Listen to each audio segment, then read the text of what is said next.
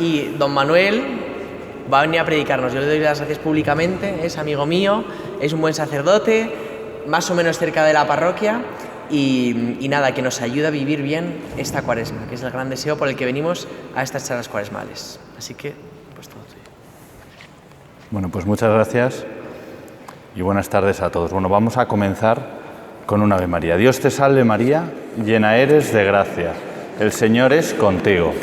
Bendita tú eres entre todas las mujeres y bendito es el fruto de tu vientre, Jesús. Santa María, Madre de Dios, ruega por nosotros pecadores, ahora y en la hora de nuestra muerte. Amén. Sagrado Corazón de Jesús.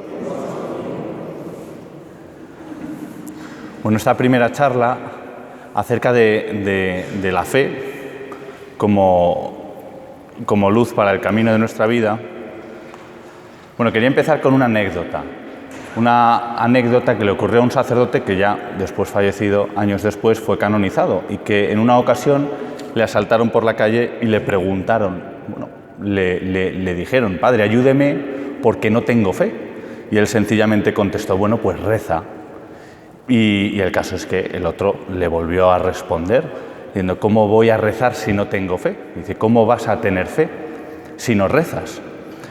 Y el caso es que es verdad que la postura de este hombre que acudía al sacerdote, pues entendía y por eso acudía que la fe es un don que Dios da, y es verdad.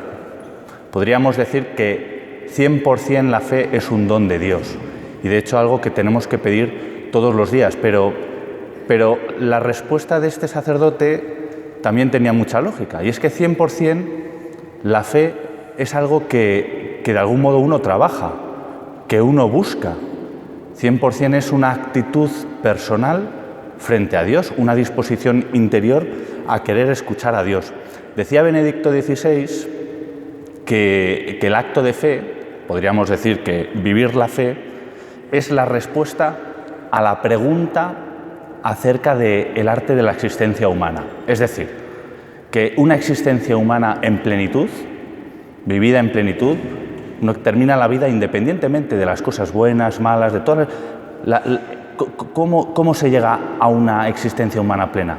Viviendo la fe. Con el acto de fe. Eso decía Benedicto XVI. Claro, la pregunta es, bueno, ¿y qué es un acto de fe? ¿Qué es vivir la fe? ¿Cómo vivo yo la fe, no? Porque, pues claro, esa es la pregunta a la cual tendremos que adentrarnos, ¿no? Hoy día, muchas veces, cuando se habla de la fe, parece que se habla de una cosa de niños. Es habitual en muchas parroquias, en esta seguro que no ocurre, ¿no? Pero en muchas parroquias es habitual que los padres, cuando llevan a los niños a catequesis, pues lo hacen pues porque en cierto modo tienen fe, ¿no? Si no, no llevarían a sus hijos a catequesis. Pero muchas veces en alguno te encuentras esa actitud de está muy bien que mi hijo escuche estas cosas porque que le hablen de Jesús, que le digan que hay que obedecer a papá y mamá, que le expliquen cosas, bueno, pues lo que explica la Iglesia, pues eso está muy bien y le servirá en la vida, ¿no? Pero siempre miran como con cierto recelo, pero a mí tampoco me cuentes muchas cosas, ¿no? Está la cuestión de, ¿se puede tener fe siendo adulto, ¿no? La fe es una actitud digna del hombre moderno, del hombre adulto. Esa es una pregunta que hay en el ambiente, ¿no? Nosotros sabemos que sí, pero está bien que nos lo preguntemos, sobre todo porque queremos vivir de la fe, porque queremos vivir realizando esos actos de fe, porque queremos una existencia en plenitud. Decía también Benedicto XVI que en realidad la fe es algo súper cotidiano. Él hablaba explicando la virtud teologal de la fe, hablaba de que en la vida ordinaria, en la vida diaria, hay como una fe natural. Todo el mundo vive de fe, ¿no? O sea, que todo el mundo hay muchas cosas que no conoce y que confía. ¿Y en quién confía? Pues confía en los que tiene alrededor, de modo natural. O sea, que uno le duele la garganta, tiene fiebre y va al farmacéutico, el farmacéutico dice este jarabe y él confía. ¿Confía en qué? En el conocimiento de, en este caso, el que es cualificado, el farmacéutico. Y en cierto modo, pues participa de ese conocimiento, pero simplemente como una creencia, ¿no? Él cree al farmacéutico. Es decir, que en el creer existe una confianza. Esto es muy típico también ¿no? Pues cuando los padres le explican algo a los hijos pequeños y los hijos tienen que obedecer, y entonces al final el padre dice, mira, cuando seas mayor lo entenderás, ¿no?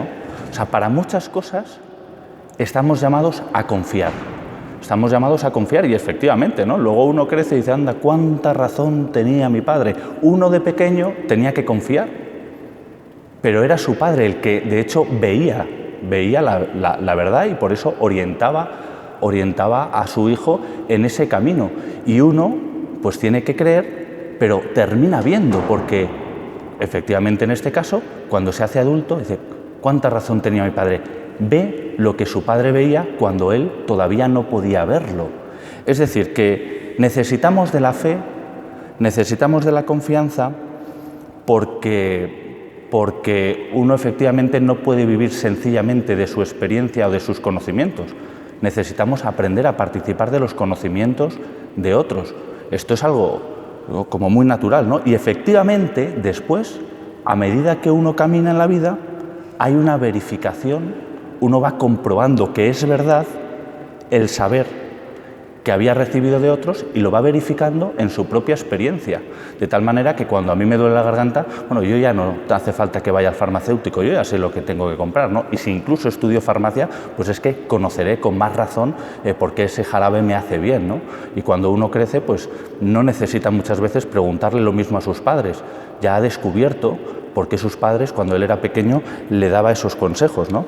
Pero claro, esto es, digamos, una fe natural, ¿no? Una fe como de la vida diaria. Luego entendemos que la fe religiosa es algo más, ¿no? Es algo más.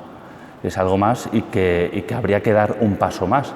El caso es que me parece que es importante, para crecer en el vivir la fe, para ser conscientes de cuál es la fe que vivimos, pues a lo mejor hacer un pequeño repaso de algunas posturas frente a esta cuestión, ¿no? La cuestión de Dios. Quiero pasar de puntillas pues la postura, por así decirlo, pues la más contraria, ¿no? La postura atea, ¿no? La postura atea, pues el que dice Dios no existe, ¿no? Y quiero pasar de puntillas porque, bueno, es verdad que tiene un carácter dogmático. Alguien que dice Dios no existe porque no lo puedo demostrar científicamente, pues eso es un carácter dogmático que es alguien que directamente se cierra.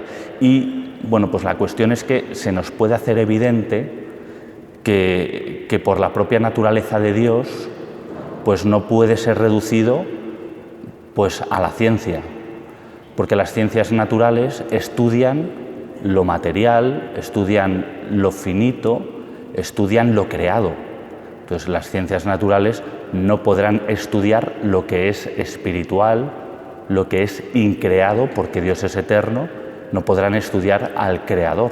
Por eso, bueno, paso de puntillas por esta postura que generalmente no ocurre, pero lo que sí ocurre hoy muy a menudo es la postura agnóstica, ¿no? El que dice, bueno, uno puede pensar que la cuestión de Dios supera mis límites, mis posibilidades. Entonces, bueno, pues mira, como no sé cómo tener fe, como no sé si Dios existe, pues digamos que lo dejo a un lado, a un margen en mi vida, lo dejo a un lado. Entonces, claro, el agnóstico puede hacer dos cosas. Una, vivir como si Dios no existiera, o vivir como si Dios sí existiera y fuera mi realidad normativa. Dice, bueno, pues mira, a mí Dios tiene que existir. Entonces, pues no sé, voy a hacer más caso a mi conciencia. Pero bueno, generalmente el agnóstico vive como si Dios no existiera, ¿no? Claro, esto tiene otra dificultad. Es que si uno se quiere tomar en serio eso de la existencia humana, eso de la plenitud de mi existencia humana, uno no puede dejar de lado aquello que pertenece a nuestra propia esencia. Es decir, que pertenece a la naturaleza del hombre, la sed de infinito. Esto es algo que está metido dentro de nosotros. Tenemos una sed de infinito. El ser humano, a lo largo de la historia, cuando se ha mirado a sí mismo, ha visto que es que hay una sed de infinito y nosotros mismos, uno mismo puede tener experiencia de ello. Decía un filósofo, Blondel, hablaba de la paradoja del deseo, y es que todas las personas tenemos deseos. Pues desde pequeños y grandes, pues tengo deseo de tomarme un helado, tengo deseo de estudiar esta carrera, tengo deseo de quedar con mis amigos, tengo deseo de hacer este favor a esta persona porque quiero hacer el bien, ¿no? Porque quiero hacer el bien, tengo el deseo de hacer el bien. Tenemos deseos, pero detrás de un deseo siempre llega otro deseo y otro deseo, ¿no? Él hablaba de que la paradoja es que teniendo tantos deseos como que nunca se sacian, ¿no? A no ser que apunten al deseo último. O sea, tenemos deseos de eternidad, de plenitud, de felicidad, y eso es algo innegable. Nadie, en general, si hacemos una encuesta, me parece que podríamos llegar al 100% de personas que dirían sí, yo quiero ser feliz, yo quiero ser pleno en esta vida, ¿no? O sea, yo quiero en ese arte de la existencia humana llegar a una plenitud. Entonces, claro, el agnóstico, al final, ¿qué hace? Pues muchas veces dice, bueno, dejo la cuestión de Dios a un lado y busco la plenitud o busco la felicidad pues en otras cosas, ¿no? Y aquí, pues uno puede decir, en el dinero, ¿no? Y uno mira el mundo y uno puede coincidir, ¿no? Sí, yo sí tengo fe, pero, de hecho, las obras de mi vida a lo que apuntan es al hecho de que lo que es importante verdaderamente es el dinero, ¿no? Es el dinero porque hay que tener dinero, porque si no Pero claro, el dinero es verdad que es algo bueno, es bueno. ¿Por qué? Porque con él se pueden hacer cosas buenas. Pero uno se acaba dando cuenta que el dinero hay muchas cosas que no puede comprar. Que si uno lo que busca es los bienes últimos, la paz, la justicia, la comunión, se dará cuenta que es que el dinero no lo puede comprar. Por tanto, pues claro, uno no puede, ¿no? Dice, bueno, sí, el dinero sí es algo bueno, pero yo no puedo vivir para el dinero porque no da razón última de mi existencia. No me dice ni de dónde vengo, ni a dónde voy, ni para qué estoy aquí, ¿no? Otro puede decir, no, el honor, ¿no? El honor, pues vivir para el honor. Y también, pues lo vemos, a lo mejor, pues no en el siglo XXI, pero en otras épocas era el honor. Uno vivía por y para el honor, ¿no? Pero fijaos que el honor es el reflejo de algo virtuoso, de algo heroico. Es decir, el que ha hecho algo heroico, lo que le importa no es que le rindan honores, ni que le aplaudan. Lo que le importa es el bien por el cual ha hecho algo heroico. Por ejemplo, los santos, ¿no? Nadie se imagina, nadie es santo para que la gente diga, mira qué bueno es, ¿no? Y que se pasee por las calles y la gente le alabe y le rinda honores, ¿no? El que es santo porque lo que quiere es, y lo que ha hecho, y lo que ha descubierto es el grandísimo bien del amor de Dios, que lo ha conocido en Cristo y ha vivido en Él y según Él, ¿no? Entonces, claro, el honor tampoco, ¿no? El honor tampoco puede ser aquello que pueda darnos esa plenitud, esa felicidad. El poder, ¿no? Ahora que está tan de moda el poder, a lo mejor traducido en el hacer lo que uno quiere, ¿no? Fijaos que vivimos en Occidente con pues la mayor de las libertades, ¿no? O sea, aquí cualquiera puede hacer lo que quiera, ¿no? Pero claro, eso no es un fin, es un medio. El poder hacer lo que quiera es un medio, ¿para qué? Para poder hacer algo bueno. Porque muchas veces, ¿no? Y lo vemos a nuestro alrededor, podemos hacer lo que queramos y muchas veces descubrimos bueno, pues que nuestra existencia no es plena, no es feliz. ¿Y cómo puede ser? Bueno, porque eso es un medio para un fin. Tenemos que buscar algo más grande, esa sed de infinito, de plenitud, de felicidad que hay en nosotros, pues nos lleva a algo más grande, ¿no? Y otro, el último ya, pues el placer, ¿no? Placer como aquello que puede dar el sentido de mi vida. Y efectivamente lo vemos a nuestro alrededor, ¿no? Se dice que a veces, ¿no?, que la sociedad es un poco hedonista, ¿no?, que se vive por y para el placer, pero también, si uno lo piensa despacio, el placer es algo bueno, pero es una consecuencia de los bienes que buscamos. Por ejemplo, pues uno puede disfrutar muchísimo, ¿no?, pasárselo fenomenal en el parque de atracciones, pero uno no va al parque de atracciones solo, uno va al parque de atracciones con amigos. A lo mejor sí va solo, pero preferiría ir con amigos. ¿Por qué? Porque lo que verdaderamente busca es la comunión, la amistad, el compartir algo, no sencillamente el placer o el disfrutar. buscamos cosas que están más allá. Buscamos la paz, la comunión, la justicia, y efectivamente, cuando buscamos esos bienes grandes que apuntan a Dios, pues en ellos encontramos ese disfrutar, ese placer. Bueno, en definitiva, hay inscrito en el hombre, en la esencia del hombre, el deseo de un bien grande.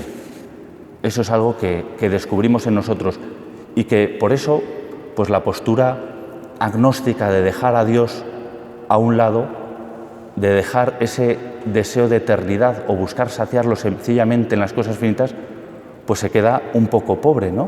O sea que frente a la cuestión de Dios, es lo que vengo a decir, frente a la cuestión de Dios no hay neutralidad posible. Uno no puede ser neutral. Yo frente a Dios, la pregunta por Dios, no puedo ser neutral porque mi interior me lo dice, mi deseo de eternidad me lo dice y porque está en juego el arte de la existencia, el arte de existir, de la vida, ¿no? Es decir, yo quiero llevar mi vida a plenitud. Quiero leer en este momento un pasaje del Evangelio, que es una parábola de Jesús en el capítulo 12, que dice así: y les propuso una parábola. Las tierras de un hombre rico dieron mucho fruto. Y pensaba para sí: ¿qué haré? Pues no tengo dónde almacenar mi cosecha.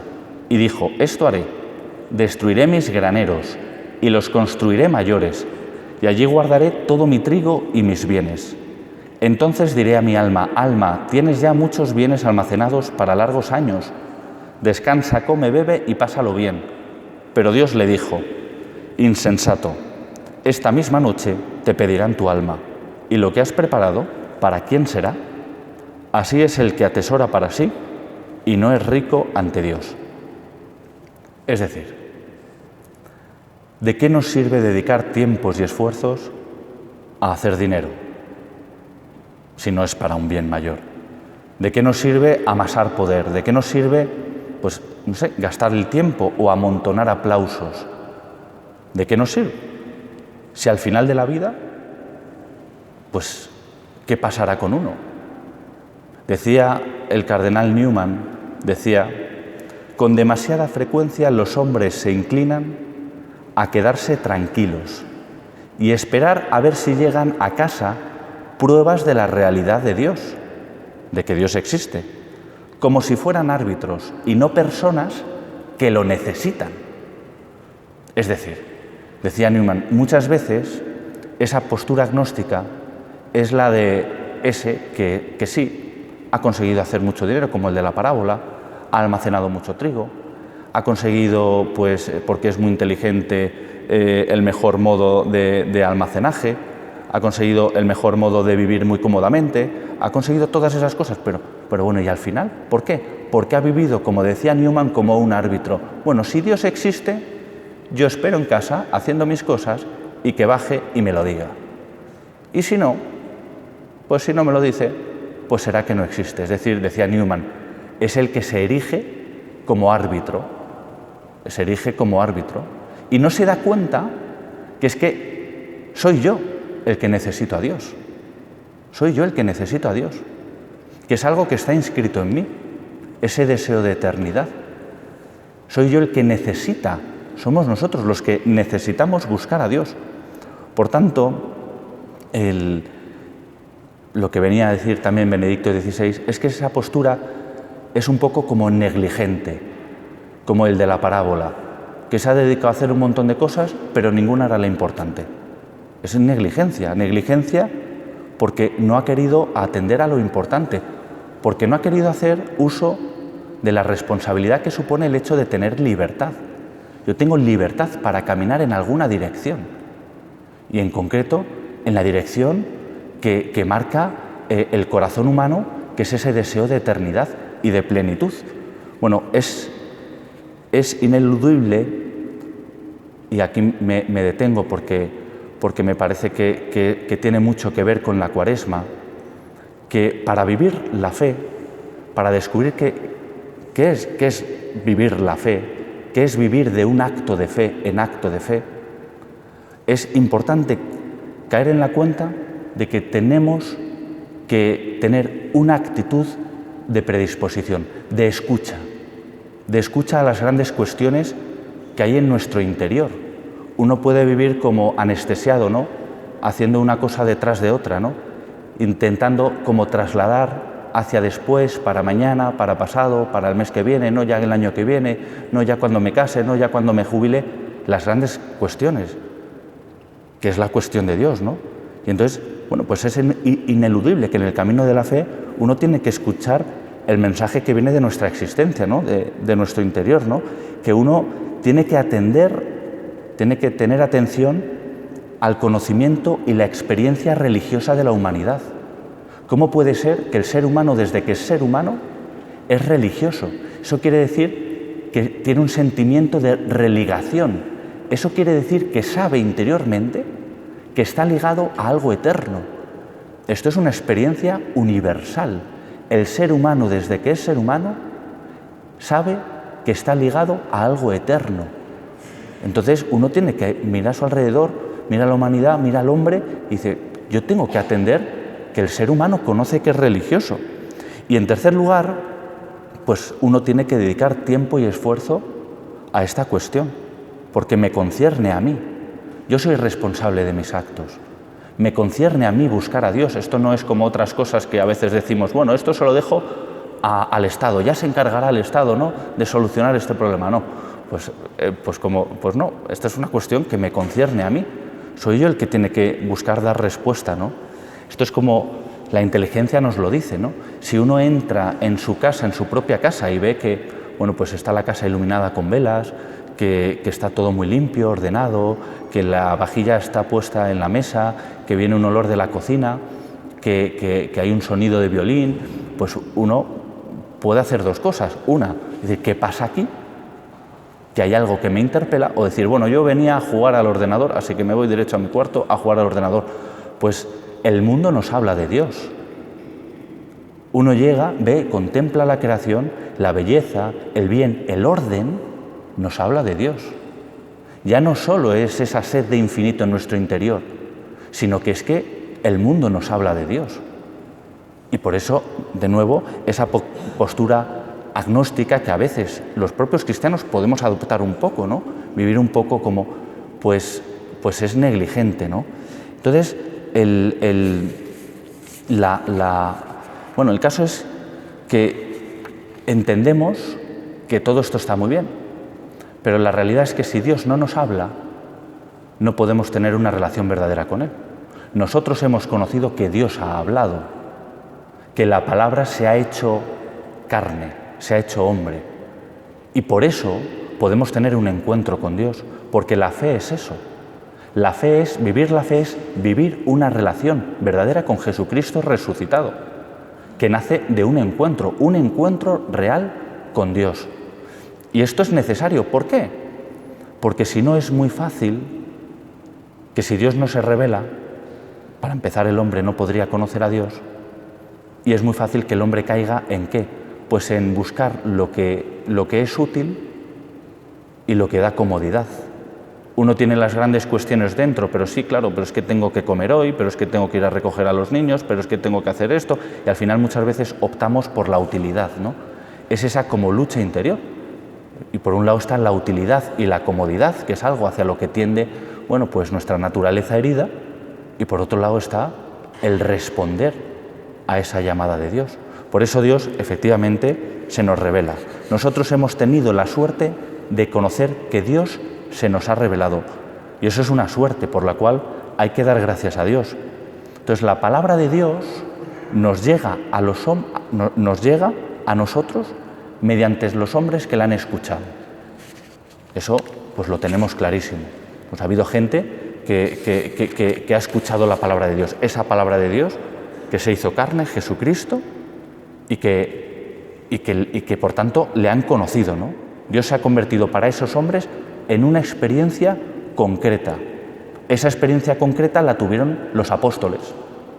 Tuvieron la experiencia concreta de conocer a Dios. De conocer a Dios hecho hombre, a Jesucristo. Pero no solo los apóstoles. Esa experiencia concreta, esa palabra de Dios, también llegó a los padres de la Iglesia. Pero no solo ellos, también a los santos. Esa experiencia concreta de ver a Dios, de conocer a Dios, también lo tuvieron los santos, y millones de hombres y mujeres que generación tras generación se han encontrado con Cristo. Y claro, ¿cómo recibimos un día nosotros la fe? ¿Cómo la recibimos? Pues la recibimos escuchando a quienes tuvieron antes que nosotros un encuentro con Dios. Así es como recibimos desde pequeños la fe. Y mira que los niños pequeños tienen manifestaciones de fe que a los adultos nos dejan pues con los ojos abiertos. Pues ellos recibieron la fe a través de personas que se encontraron con Dios antes que ellos, que pudieron ser sus padres, pudieron ser algún catequista, pudo ser un sacerdote, pudo ser un amigo que sí se ha encontrado con Dios, que vive la fe, que vive con Dios y que es el que me la transmite y que es a través del que la recibo. Pueden ser los santos también, cuando uno tiene devoción a un santo, conoce su vida, sus escritos, pues a través de su testimonio también, pues es decir, recibimos la fe a través de la Iglesia. Recibimos la fe a través de la Iglesia. Conocemos a Dios a través de la Iglesia, ¿no? Que es esa comunión de personas unidas por Cristo. Entonces, ahora voy a volver un poco al principio. Al principio de la charla decía que de la fe forman parte, de la fe cotidiana, de la fe diaria, de esas cosas, pues de ir al farmacéutico, de las cosas que me dice mi padre, que ahora no entiendo, pero entenderé, pues que muchas cosas participo del conocimiento de otros. Yo tengo que creer al farmacéutico y conozco que el medicamento me ayuda porque participo del conocimiento cualificado que tiene él. Conozco que esto y esto no lo tengo que hacer porque participo del conocimiento de la experiencia que tiene mi padre. Bueno, pues hay una confianza recíproca, ¿no? Mediante el cual el saber de otros se pueden convertir en mi saber, ¿vale? Con mi confianza yo participo del saber, del conocimiento que otros tienen. Y luego yo puedo verificar en la experiencia de mi vida, puedo verificar eso que he conocido porque otros los conocían antes que yo. Pero claro, para lo cual he de escuchar. He de escuchar a Dios que me habla a través de los que se han encontrado con Él. Escuchar a Dios a través de la Iglesia, que me habla a través de ella. Y cuando digo la Iglesia, no digo una institución lejana, ¿no? Que muchas veces nos hablan de la Iglesia y parece que hablan de una institución lejana que no se sabe muy bien dónde está, que debe ser un ente abstracto. No. La Iglesia es la familia de los hijos de Dios, esa comunión de hermanos en Cristo. La Iglesia son los santos, la experiencia de los santos. La Iglesia son los padres de la Iglesia.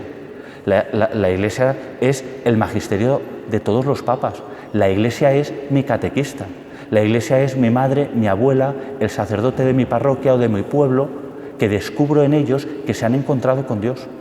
Descubro en ellos el rostro de Dios. Eso es, yo puedo participar. Y entonces nosotros recibimos un día la fe.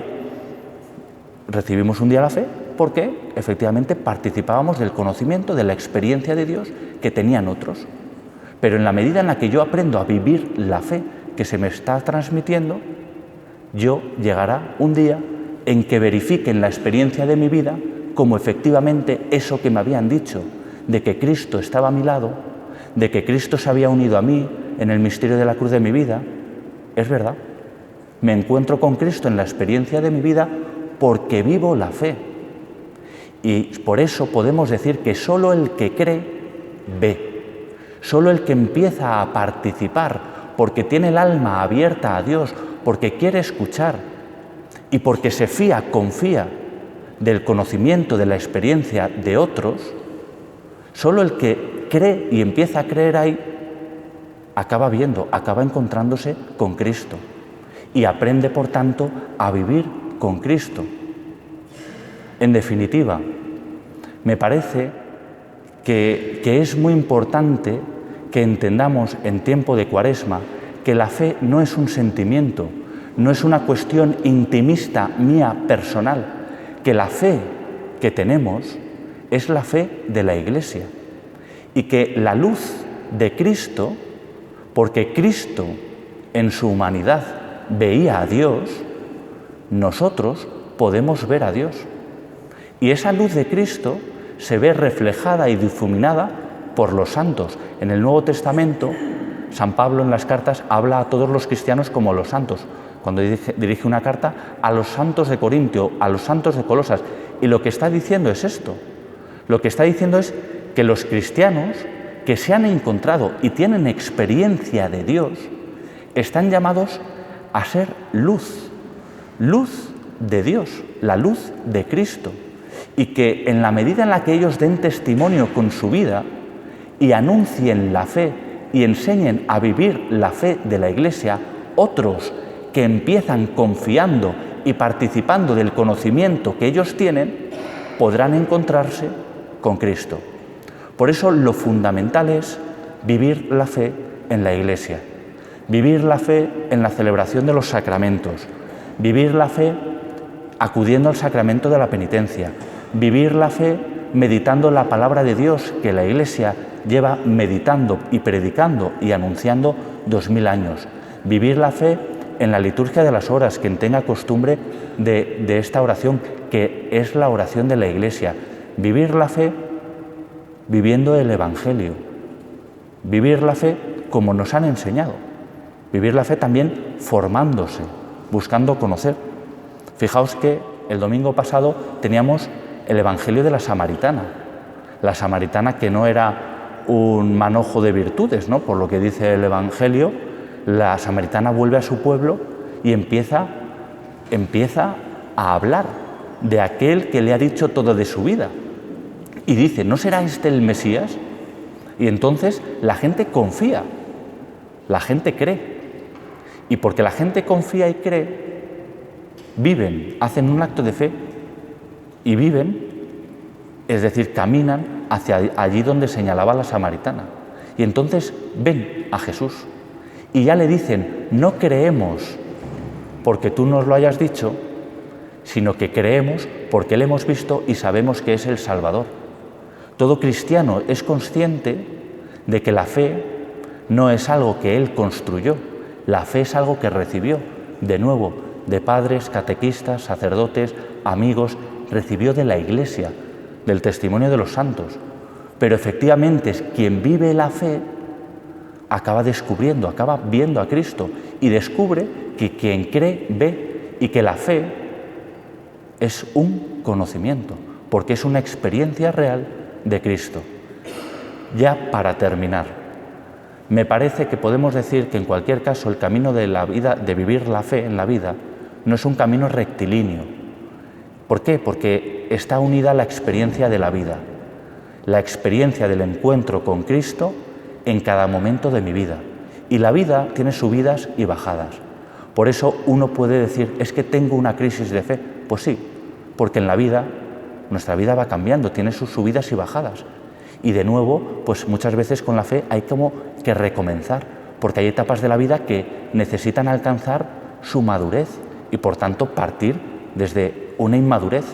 Eso no quiere decir que uno nunca haya tenido fe ni que haya dejado de tenerla, sino que esa crisis será una oportunidad para crecer más, para seguir teniendo ese encuentro con Cristo, ese vivir junto a Él en ese nuevo caminar, nueva etapa de la vida. Pero siempre, y el único lugar, es en la Iglesia.